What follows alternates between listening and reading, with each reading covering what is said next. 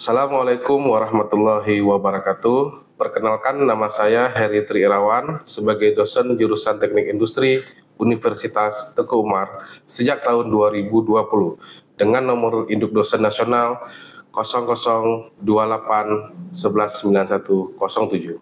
Saya menempuh pendidikan S1 Teknik Industri di Universitas Serambi Mekah pada tahun 2010 dan melanjutkan jenjang Magister Teknik Industri di Universitas Syahkuala pada tahun 2015. Video ini dibuat dengan maksud menyampaikan pernyataan diri dosen dalam unjuk kerja Tridharma Perguruan Tinggi, bagian pengajaran, dan sebagai salah satu syarat untuk sertifikasi dosen. Mata kuliah yang saya ampuh di semester genap tahun 2024-2025 adalah perancangan tata letak fasilitas plus praktikum dengan kode mata kuliah FT3602.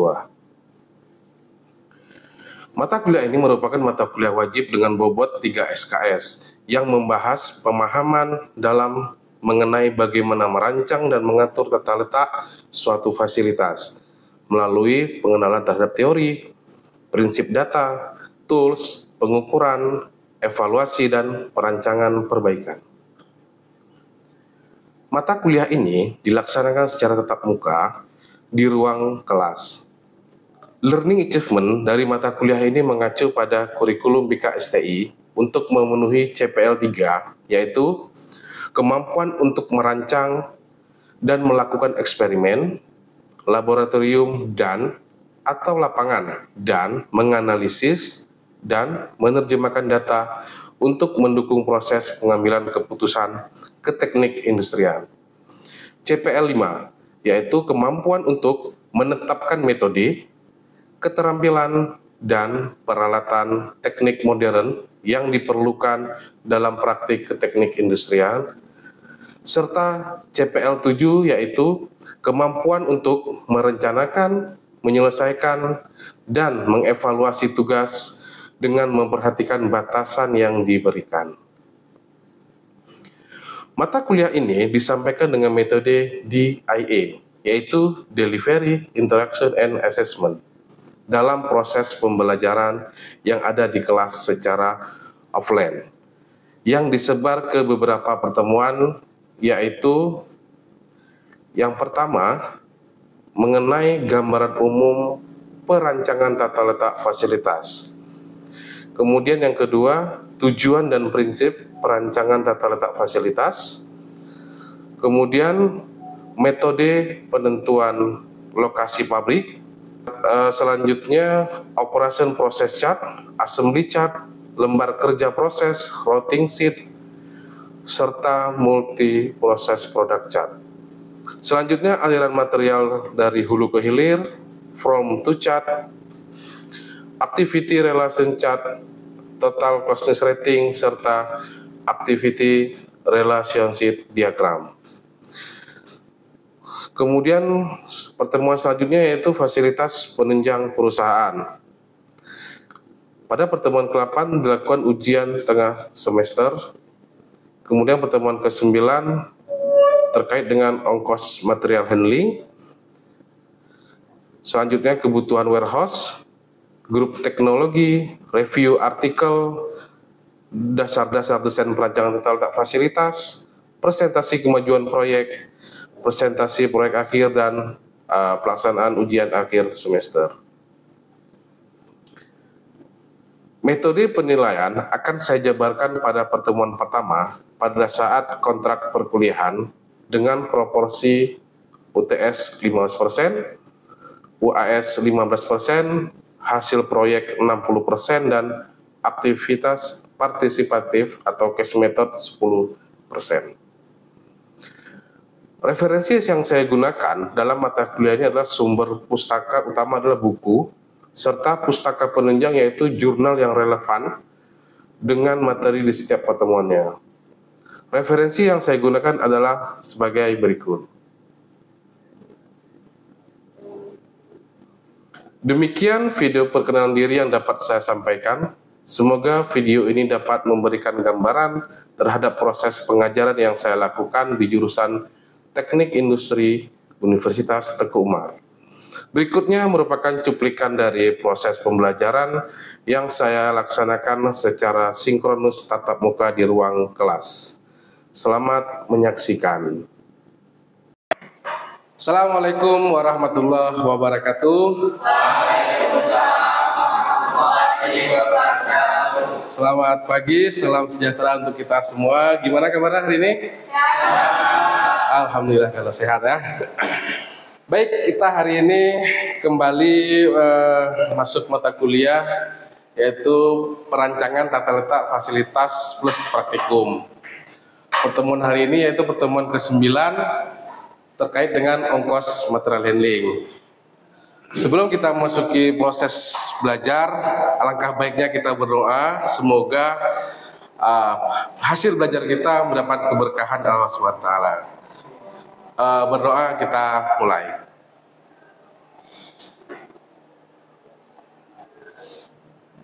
Selesai. Baik adik-adik mahasiswa, sebelum kita masuk ke materi hari ini, mungkin 2 minggu yang lalu kita sudah membahas materi tentang Activity Relationship Chart atau ARC. Masih ada yang ingat kira-kira? Ya, Pak. Ya, silakan. ARC adalah aktivitas atau kegiatan antar masing-masing bagian yang menggambarkan penting tidaknya kedekatan ruangan. Ya. ARC itu adalah tingkat kedekatan suatu ruangan atau departemen dengan departemen yang lainnya. Sudah ingat ya? Sudah materi beberapa minggu yang lalu. Nah, untuk materi hari ini kita akan membahas tentang ongkos material handling. Ada beberapa capaian pembelajaran yang harus kita capai. Yang pertama itu adalah mahasiswa mampu menghitung kebutuhan peralatan dan mesin. Kemudian CPMK kedua adalah mahasiswa mampu menghitung ongkos material handling. Dan CPMK ketiga, mahasiswa mampu merancang layout perusahaan. Nah, salah satu CPMK kita pada materi ini berada di CPMK kedua, yaitu mahasiswa mampu menghitung ongkos material handling. Nah, ini adalah daftar pustaka yang kita rujuk. Ada beberapa buku di sini. Kemudian ada hasil penelitian yang saya lakukan dengan rekan-rekan dosen juga, dengan mahasiswa juga terkait dengan perancangan ulang tata letak fasilitas di galangan kapal. Berarti referensi yang kita gunakan di sini ada dari buku, kemudian ada dari penelitian-penelitian yang relevan. Nah, ini ada pokok pembahasan kita di materi hari ini. Yang pertama adalah ongkos material handling. Kemudian ada from to chart, kemudian ada tabel skala prioritas, ada activity relationship diagram. Di FTC ini kita dibagi dua lagi, ada from to chart inflow, kemudian ada from to chart outflow. Di tabel skala prioritas juga gitu, ada TSP inflow dan TSP outflow. Ini adalah pokok bahasan kita pada hari ini. Nah, pertanyaannya, berbicara material handling di teknik industri bukan hal yang jarang didengar ya. Sering sekali kita dengar material handling, cukup sering didengar. Ada yang bisa menjelaskan tidak apa itu material handling?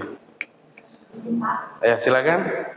Berdasarkan pengalaman saya, material handling merupakan seni dan ilmu yang meliputi penanganan atau handling itu sendiri, pemindahan atau moving, pembungkusan atau pemapakan, penyimpanan atau storing, sekaligus pengendalian dan pengawasan yang bertahap. Ya, benar. Berarti material handling itu suatu alat ya yang digunakan untuk mengangkat, memindahkan suatu barang dari satu tempat ke tempat yang lainnya. Kenapa? Kalau kita menggunakan tenaga manusia, kalau masih ringan masih boleh. Tapi kalau kita menggunakan alat-alat yang berat, material-material yang berat, kita akan membutuhkan namanya material handling. Oke. Nah, ini dia. Material handling merupakan seni dan ilmu yang meliputi penanganan, pemindahan, atau penyimpanan. Nah, ini dia. secara teori pengertian material handling. Nah, ada yang tahu? Pernah lihat contoh material handling ini? Ada yang pernah tahu? Mungkin kalau kalian kerja praktek atau magang di perusahaan, mungkin ada beberapa dari contoh-contoh ini yang terlihat ataupun yang kalian dapatkan di dalam perusahaan ya. Kemudian ongkos material handling. Nah, di sini tadi kita sudah berbicara material handling. Selanjutnya adalah ongkos material handling. Jadi ongkos material handling itu adalah ongkos yang timbul akibat adanya aktivitas material dari satu mesin ke mesin lainnya. Artinya apa? Jadi di dalam suatu perusahaan itu dikenal dengan namanya misalkan material handling yang digunakan untuk mengangkut suatu material misalkan dari gudang bahan baku. Misalkan kita berbicara contohnya gudang ataupun perusahaan ataupun industri furniture yang membuat meja, kursi, lemari. Mereka kan membutuhkan material berat misalnya kayu dan lain sebagainya kan. Kan dibutuhkan alat angkut yang mengangkut material dari gudang bahan baku ke misalkan lantai produksi, ke departemen pemotongan, departemen pengukuran dan lain sebagainya. Maka dibutuhkan namanya material handling. Semua material handling yang digunakan, maka perusahaan harus menghitung berapa biaya ongkos material handling tersebut. Sehingga akan menjadi bahan pertimbangan dalam menentukan suatu layout ataupun tata letak fasilitas di dalam perusahaan tersebut. Nanti kita lihat contohnya ya. Nah, ini ada langkah-langkah dalam mencari ongkos material handling. Ya. Yang pertama apa? Tentukan jenis material handling yang digunakan. Apa contohnya? Ada yang tahu contoh material handling yang digunakan? Misalkan apa? Ada yang tahu? Apa? Itu visor dan handling stacker. Ya, misalkan ada handling stacker ya. Kemudian ada forklift, ada conveyor. Tentukan dulu perusahaan tersebut menggunakan material handling jenis apa. Selanjutnya adalah tentukan depresiasi material handling. Ya, kalau satu alat yang dibeli, maka akan mengalami apa? Penyusutan atau depresiasi. Sudah belajar menghitung depresiasi? Sudah ya. Nah, itu mudah ya menghitung depresiasi. Kemudian tentukan biaya perawatan material handling. Ya, di dalam perusahaan juga akan ditentukan. Misalkan kita menggunakan forklift. Forklift itu biaya perawatannya berapa sih per bulan? Ditentukan oleh perusahaannya. Selanjutnya tentukan biaya bahan bakar. Misalkan kita menggunakan bahan bakar, berapa satu bulan bahan bakar digunakan? Selanjutnya tentukan biaya operator. Nah, kan material handling itu ada operatornya nih kan, yang membawa. Nah, berapa dia gaji dia sebulannya? Tentukan. Kemudian tentukan total biaya keseluruhan. Setelah kalian hitung semua, baru kalian tentukan, tambahkan semua total biaya keseluruhannya berapa. Selanjutnya baru kalian bisa menghitung namanya menghitung OMH. Tentukan dulu langkah 1 sampai 6, baru dapat menghitung OMH-nya. Selanjutnya, ya sini ada keterangan tambahan nih. Kalian harus dapatkan data gaji operator berapa, biaya perawatannya berapa, perawatan material handling ya. Kemudian biaya bahan bakarnya berapa, jarak tempuh yang ditempuh oleh material handling tersebut berapa meter, sekali frekuensinya berapa meter. Kemudian hari kerjanya berapa? Sebulan. Kemudian jam kerjanya berapa dalam satu hari. Oke, ada pertanyaan sampai sini? Ya, silakan. Selanjutnya izin bertanya, data apa yang dibutuhkan untuk membuat ongkos material handling tersebut? Ya bagus ya, berarti kita berbicara material handling, tapi data apa yang dibutuhkan? Kan nggak tahu kita nih ya. Nah, kira-kira dari adik-adik mahasiswa yang tahu nggak data apa yang dibutuhkan? Pak. Ya silakan. Data yang dibutuhkan untuk ongkos material handling atau OMH adalah OPC. Ya betul ya, berarti salah satu data yang dibutuhkan untuk membuat OFMA adalah data OPC. OPC sudah mahir lah anak-anak industri buat OPC ya. Dari awal semester sudah dipelajari bagaimana cara merangkai sebuah OPC suatu produk ya. Oke, nah ini kita akan melihat contoh perhitungan ongkos material handling. Di sini ada gaji operator 7 juta per bulan. Biaya perawatannya 4 juta. Biaya bahan bakar 10 juta. Jarak tempuhnya 12.530 meter. Hari kerja itu ada 20 hari kerja per bulan. Kemudian jam kerja ada 8 jam kerja per hari. Nah, dia material handling digunakan adalah Iveco Tracker Crane. Itu harganya 1,5 miliar. Masa pakainya 10 tahun. Ini contoh kasusnya. Coba kita lihat bagaimana cara perhitungan ongkos material handlingnya. Tadi kita sudah pelajari langkah-langkahnya kan? Langkah pertama apa? Ya, menentukan depresiasi. Ya, ini dia formula yang digunakan. Harga 1,5 dibagi dengan 10 tahun pemakaian kan? Dikali 1 tahun ada 240 hari kerja, dikali 8 jam hari kerja. Jadi totalnya ada 78.125 rupiah per jam. Langkah kedua yaitu menghitung biaya perawatan dengan formula yang bisa kita lihat ya. Kemudian langkah ketiga menghitung biaya bahan bakar. Nah, formulanya ini dia. Bisa dilihat ya. Mudah ya.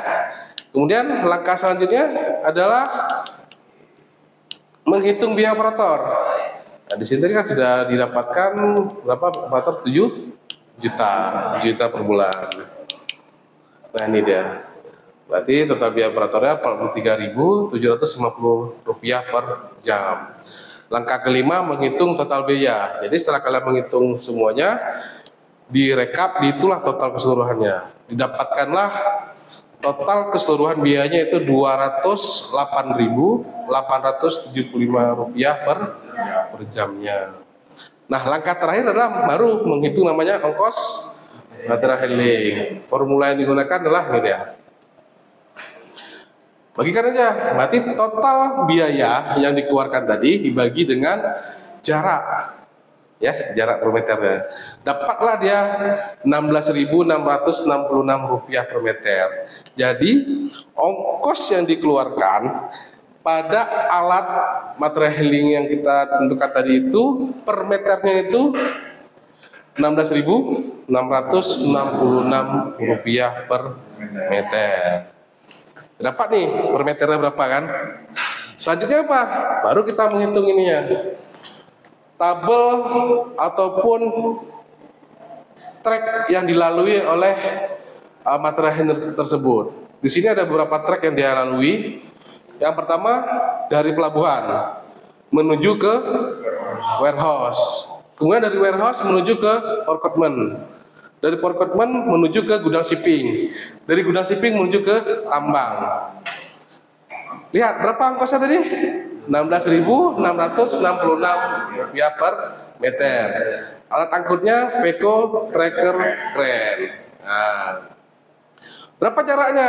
Dari pelabuhan ke warehouse itu jarak 500 meter. Dari warehouse ke portment 15 meter.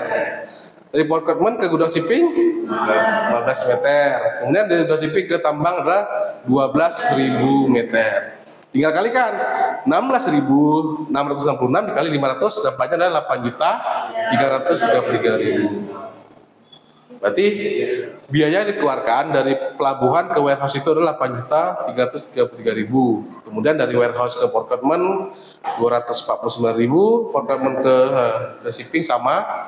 Dan dari gudang shipping ke tambang adalah 199 juta karena jaraknya adalah 12.000 meter. Setelah kita membuat tabel ongkos material handling, selanjutnya adalah kita membuat from to chart-nya. Nah, from to chart-nya apa? Teknik konvensional yang umum digunakan untuk perencanaan tata letak pabrik dan pemindahan bahan dari satu proses produksi. Ini inputnya adalah dari Ini dia, pelabuhan ke warehouse, warehouse ke procurement, procurement ke gudang shipping ke tambang. Tengok nih. Dari pelabuhan ke pelabuhan kan, kosong nggak ada. Dari pelabuhan ke warehouse, berapa totalnya? Nah, ini ya. Nah, kemudian dari pelabuhan nggak ada lagi. Oke, dari warehouse ke procurement. Dari warehouse ke 249.000. Masukkan ke sini datanya. Sampai penuh. Jadi total yang berada di kolom ini dengan yang di baris ini harus sama. Kalau berbeda totalnya, maka ada kesalahan dalam menghitung. Oke ya. Jadi totalnya adalah Rp208.824.940 rupiah. Setelah from to chart, kita masuk ke FTC inflow dan outflow. Sama saja untuk pencariannya. Kalau inflow ini adalah ongkos yang masuk dari satu mesin ke mesin yang lain. Kalau outflow kebalikannya, ongkos yang keluar dari satu mesin ke mesin yang lainnya. Karena tadi sama semua perhitungannya, maka didapatkan ongkosnya dari outflow ataupun inflow adalah Rp1. Jadi kalau Rp1 ini nggak ada yang lebih besar, nggak ada yang lebih kecil ongkosnya, berarti sama. Berarti nanti dalam menentukan layout di lantai produksi, dia tidak ada prioritas utama, jadi sama semua. Ya. Selanjutnya tabel skala prioritas atau TSP. Ada TSP inflow dan TSP outflow. Dari mana inputnya? Dari ini dia, from to chart, inflow dan outflow. Sama. Pot pelabuhan kita beri kode A. Kode A berarti dia harus dekat dengan, lihat di sini, pelabuhan dengan warehouse. Satu kan? Berarti pelabuhan ini harus dekat sebenarnya dengan warehouse. Nah, pelabuhan harus dekat dengan B. B itu apa? Warehouse. Kemudian warehouse harus dekat dengan C. C itu apa? Procurement, dan seterusnya.